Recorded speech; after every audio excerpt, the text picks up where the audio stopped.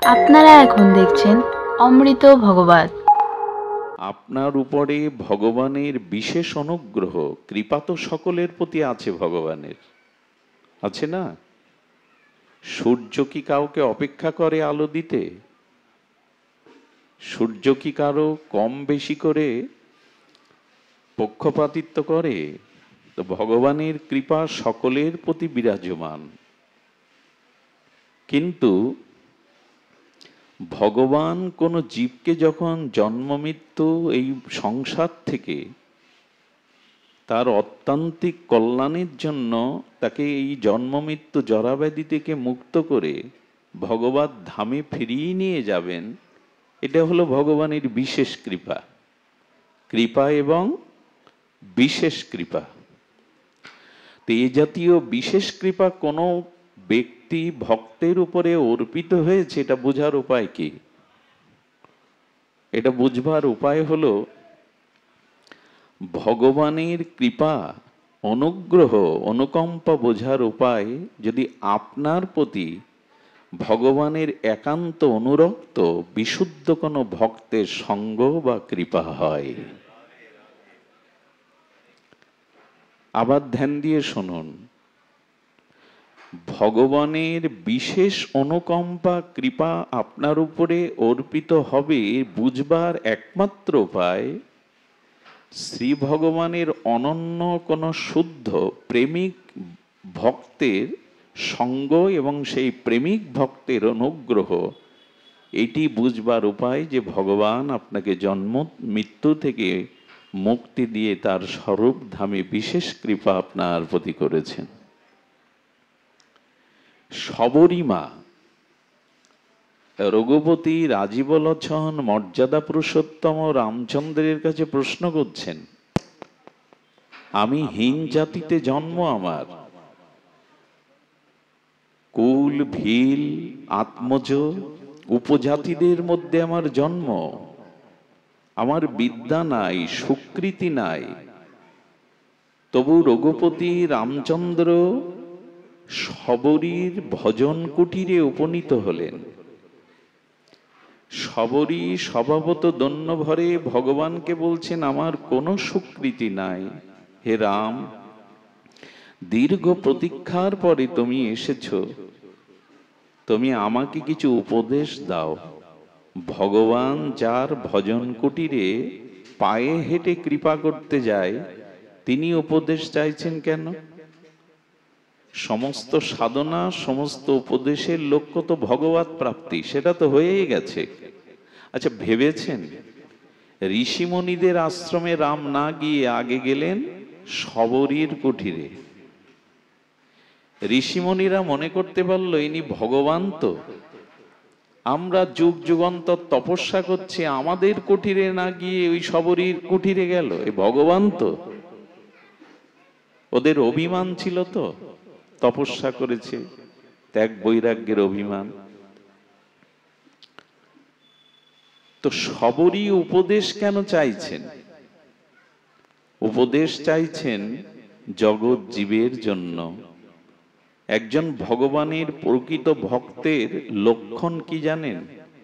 সে শুধু নিজের কল্যাণ চায় না, সে জগতের সকলেরই মঙ্গল, সকলেরই কল্যাণ চায়, এই জন্য তিনি ভক্ত। যে শুধু নিজের কল্যাণ চায়, নিজের মুক্তি চায়, তিনি মধ্যম ভক্ত। আর যিনি নিজের কোনো কল্যাণ না চেয়ে জগৎ জীবের কল্যাণ চান, ইনি হলেন উত্তম সর্বোত্তম ভক্ত। তো সবরী রঘুপতি রামচন্দ্রকে তার আতুল চরণ পেয়ে প্রশ্ন করছেন, আপনি কিভাবে জীব আপনাকে প্রাপ্ত হতে পারে, সেই প্রেম ভক্তি প্রাপ্তির উপায় আপনি আমাকে বলুন। মর্যাদা পুরুষোত্তম রঘুপতি রামচন্দ্র নববিধা ভক্তির উপদেশ দিয়েছিলেন। কয়টা? নববিধা মানে 9টি ভক্তি প্রাপ্তির সোপান, সিঁড়ি বলেছিলেন। তো 9টি ভক্তির সোপানের মধ্যে প্রথমটি কি?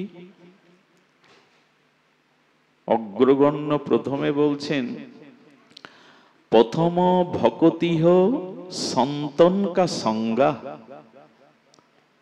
রামচরিতমানস মৈথিলি ভাষায় তুলসী গোস্বামী লিখছেন, প্রথম ভগতিকর সন্তনকা সংজ্ঞা।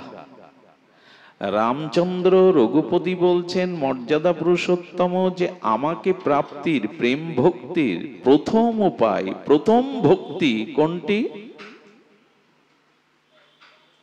প্রথম ভগতীয় কর সন্তনকা সংজ্ঞা। জীবনের ভক্তি প্রাপ্তির, প্রেম প্রাপ্তির প্রথম উপায় হলো আমার থেকে আমার প্রিয় ভক্তের প্রতি বেশি সম্মান, বেশি শ্রদ্ধা রেখে তার সঙ্গ করা। ভাগবত কথা নীরব না হলে, শ্রদ্ধালু না হলে ভেতরে কিছুই যাবে না। এটা কোলাহলের জায়গা নয়, খুব ধ্যান দিন। ভগবানকে আপনি যতটা শ্রদ্ধা করেন তার অধিক শ্রদ্ধা যদি সাধুগুরু বৈষ্ণব শুদ্ধ ভক্তের প্রতি হয় এবং সেই ভগবানের প্রিয় ভক্তের সঙ্গ লাভ করেন, এটাই হলো ভক্তি প্রাপ্তির প্রথম এবং প্রধান উপায়।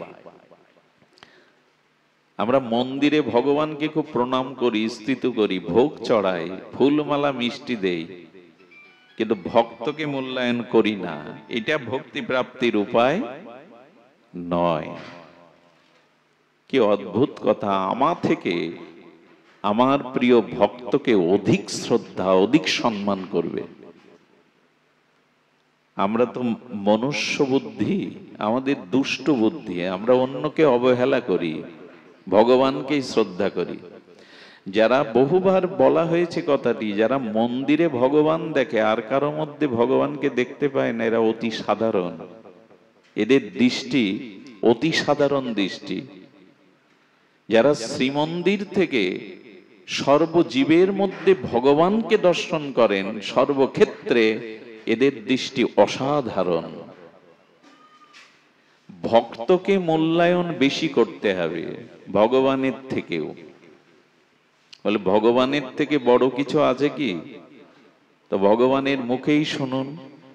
ভগবান বলছেন আমার থেকে আমার নাম বড়, আমার নামের থেকে আমার ভক্ত বড়, আর আমার ভক্তের থেকে আরো বড় ভক্তের পায়ের ধুলি। ভগবানই নিজে বলছেন। নাম বড় কেন ভগবানের থেকে? 125 বছর অখণ্ড পরতত্ত্ব স্বয়ং ভগবান শ্রীকৃষ্ণ জগতে লীলা করেছিলেন। কয় বছর? 125 বছর। তারপরে ভগবান নিত্য লীলায় গমন করেন। নাম জগতে কতদিন থাকবে? ভগবান আর ভগবানের নাম অভিন্ন, কিন্তু নাম বড় কেন? কারণ ভগবান 125 বছর ছিলেন, কিন্তু নাম অনাদিকাল ধরে রয়ে গেছে। নাম জগৎ থেকে উঠে যায়নি। আর ভগবান শ্রীকৃষ্ণ বর্তমানে যখন লীলা করেছেন তখন কজনকে কৃপা বা করেছেন? তিনি কতজনকে বা কৃপা করেছেন তার গণনা শাস্ত্র ভাগবতে আছে। কিন্তু ভগবানের নাম কত লক্ষ কোটিকেই কৃপা করে উদ্ধার করছেন। রামচন্দ্র সমুদ্র তীরে গিয়ে সেতু বাঁধছে। একজন বলছেন তোমার ভক্ত তোমার নাম করে সাগর পার হলো, তো তুমি আবার নতুন করে সেতু বাঁধবে কেন? যুক্তি আছে কিনা কথায়?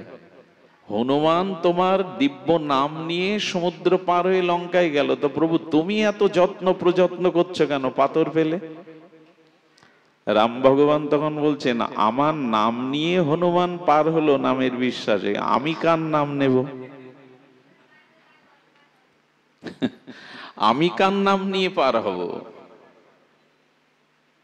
অর্থাৎ ভগবানের থেকে তার নাম অধিক মহিমাপূর্ণ। আর এই নাম প্রচার করে কারা? এই নাম মহিমা জগতে প্রকট করে কারা? ভগবান। ভগবান তার নিজের মহিমা প্রকাশ করতে পারেন? কখনো না। ভগবানের দিব্য লীলা নাম মহিমা প্রচার করেন তার প্রিয় ভক্তরা। ভগবান নিজের প্রচার নিজে করতে পারেন না। ভক্ত তার ত্যাগ, বৈরাগ্য, তিতিক্ষা, সর্বস্ব অনুকূল প্রতিকূল পরীক্ষার মাঝে মান অপমান সহ্য করে তার প্রিয় ভগবানের জন্য তিনি চরিত্রকে নির্মল করে এই জগতে ভগবানের মহিমায় প্রকাশ করেন। আচ্ছা, ভগবানের যে দিব্য নাম, এই নাম কি ভগবান নিজে রেখেছেন? গোবিন্দ, মাধব, ভগবানের 108টি এই নাম কি একটাও ভগবান নিজে রেখেছে? কারা রেখেছে? মা যদি, যশোদা মা যদি রঞ্জু দিয়ে না বাদ দেন, দামোদর নাম হতো তো কৃষ্ণের? হতো কি? তার মানে ভগবান তার নিজের নাম একটিও রাখেননি, ভক্তরাই ভগবানের নাম। এই জন্য ভক্ত হলো প্রিয়। রামচন্দ্র ভগবান বললেন, প্রথম ভকতি ভক্তনকা সঙ্গ, ভক্ত সঙ্গ, সাধু সঙ্গই হলো ভক্তির প্রথম এবং প্রধান অঙ্গ। আর সাধু সঙ্গ কাকে বলে? এই যে বহু লোক এক জায়গায় করা, প্রসাদাদি পুষ্পন্ন খিচুড়ি অন্নাদি দেওয়া, খুব করে নাচা গাওয়া হওয়া, এগুলো সাধু সঙ্গের বহিরাবরণ, বহির্রূপ। প্রকৃত সাধু সঙ্গ না জানতে পারলে আপনি কল্যাণ প্রাপ্ত হতে পারবেন না। এগুলো সাধু সঙ্গের বহির্রূপ। লাইট, প্যান্ডেল, নাচা গাওয়া, প্রসাদাদি বিতরণ, হই হুল্লোড়, এগুলো সাধু সঙ্গের অঙ্গ বটে। মূল সাধু সঙ্গ কি? মূল সাধু সঙ্গটা হলো, সঙ্গ শব্দের অর্থ আসক্তি। সঙ্গে শব্দের অর্থ কি? মন দিয়ে শুনুন। সঙ্গ শব্দের অর্থ হলো আসক্তি। সৎ সঙ্গ, সৎ হলো পরমাত্মা বা ভগবান। এ জগতে সৎ কি? সৎ মানে যার কখনো বিনাশ নাই, যার কোনো অভাব না, সাথে বিদ্যাতে ভব, যার কোনোদিন অভাব হবে না, যার কখনো নাশ হবে না, যিনি ত্রৈকালিক সত্য রূপে সর্ব অবস্থায় বিরাজিত, তাকে বলে সৎ। এই সৎকে, সৎ ভগবানই। সৎ সঙ্গ, সঙ্গ শব্দের অর্থ কি করলাম? আসক্তি। আর সৎ মানে ভগবান। ভগবানের প্রতি প্রগাঢ় আসক্তি আসার নামই হলো সৎসঙ্গ। এটা হয়েছে তো? ভগবানের প্রতি, টাকার প্রতি যেমন আসক্তি, যারা কামুক তাদের কামের প্রতি, সুন্দরী রমণীর প্রতি যে আসক্তি, এরকম আসক্তি ভগবানের প্রতি আসার নামই হলো সাধু সঙ্গ। আরে ভগবানের নামে, ভগবানের প্রতি কোনো অনুরাগ এলো না, টান এলো না, প্রীতি এলো না, রতি এলো না, সাধু সঙ্গ হয়নি।